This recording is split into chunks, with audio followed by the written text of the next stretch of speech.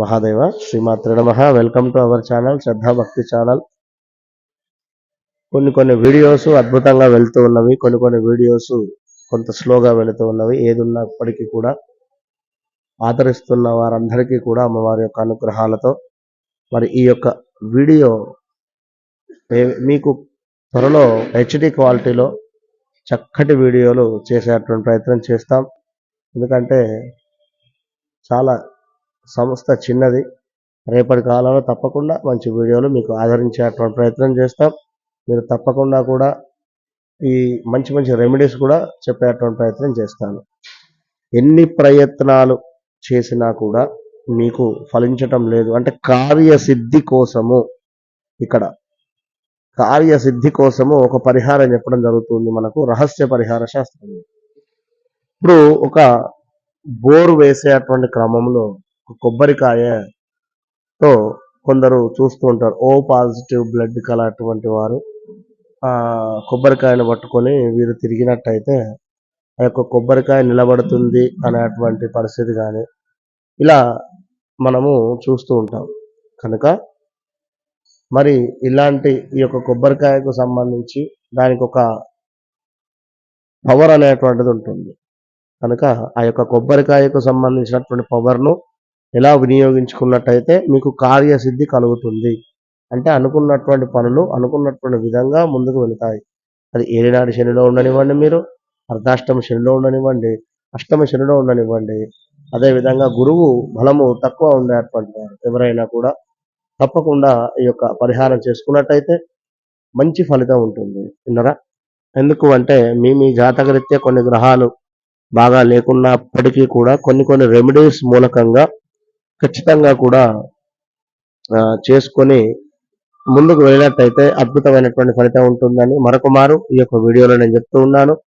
మరి ఇలాంటి ప్రయత్నాలు, ఒక వివాహ ప్రయత్నం కావచ్చును, ఒక ఉద్యోగ ప్రయత్నం కావచ్చును, లేదా ఒక సంతాన ప్రయత్నమైనా కావచ్చును, ఎప్పుడో పెళ్ళయింది ఇంకా సంతానం కావటం లేదు అని అనుకునేటువంటి వారు కానీ ఇలా అదేవిధంగా ఎవరో డబ్బులు ఇవ్వటం లేదు అనేటువంటి వారు కానీ, లేదా ఏదో శత్రు సంబంధిత ఇబ్బందులు కావచ్చును, లేదా పోటీ పరీక్షలు కావచ్చును, లేదా భార్యాభర్తలలో అన్యోన్యత లోపించినటువంటి వారు కావచ్చును. మనం చెప్పినటువంటి యొక్క రెమెడీ కరెక్ట్గా కూడా మీరు చేసినట్టయితే ఖచ్చితంగా కూడా మంచి ఫలితం ఉంటుంది. విన్నరా? మరి ఆ యొక్క రెమెడీ చూద్దాం. ఇక్కడ ఒక గృహ సంబంధిత విషయమై కూడా మీరు ప్రయత్నంలో ఉన్నా కూడా ఖచ్చితంగా కూడా మంచి ఫలితం ఉంటుంది. ఎన్ని ప్రయత్నాలు చేసినా కూడా జీవితంలో స్థిరపడని వారి కోసము ఇప్పుడు నేను చెప్పేటువంటి రెమెడీ ఇది. గురువారం రోజు ఉదయము కొబ్బరికాయ రెండుగా కూడా పగలగొట్టండి. అంటే ఒక కొబ్బరికాయ పిచ్చితో మనం దేవాలయంలో ఏ విధంగానైతే కొబ్బరికాయ కొడతామో అదే విధంగా కొబ్బరికాయను కొట్టి చక్కగా కూడా మీరు లేదు కొబ్బరికాయ అనేటువంటి సందర్భంలో ఒక ఎండు కొబ్బరి అయినా కూడా పర్వాలేదు, ఎండు కుడుక అయినా కూడా పర్వాలేదు, చక్కగా కూడా రౌండ్ షేప్గా ఉండేటువంటి ఎండు కుడుక అయినా కూడా తీసుకొని చక్కగా కూడా అందులో కొద్దిగా నెయ్యి పోయండి. చక్కగా కూడా నెయ్యి పోసి మీరు ఈశ్వరుని యొక్క ఆలయం ఎక్కడైనా శివాలయం ఉన్నట్టయితే ఆ యొక్క శివాలయానికి వెళ్ళి శంకరునికి కొన్ని నీరు పోసి చక్కగా కూడా అభిషేకం చేసుకొని, కుదిరితే పాలు కానీ పంచామృతాలు కానీ, లేదా నీరు మాత్రం పోయండి. నీరు పోసినా కూడా సరిపోతుంది. ఆయనకు చెంబడు నీరు పోస్తేనే ఖుష్ అవుతాడు అతను. కనుక ఆ విధంగా ఈ యొక్క కొబ్బరి కాయను పగలగొట్టి రెండు కొబ్బరికాయలలో ఒక కొబ్బరి చిప్పైనా లేదా ఎండు కొబ్బరి అయినా తీసుకొని చక్కగా కూడా నెయ్యి పోసి శివాలయం వద్ద దీపం వెలిగించండి.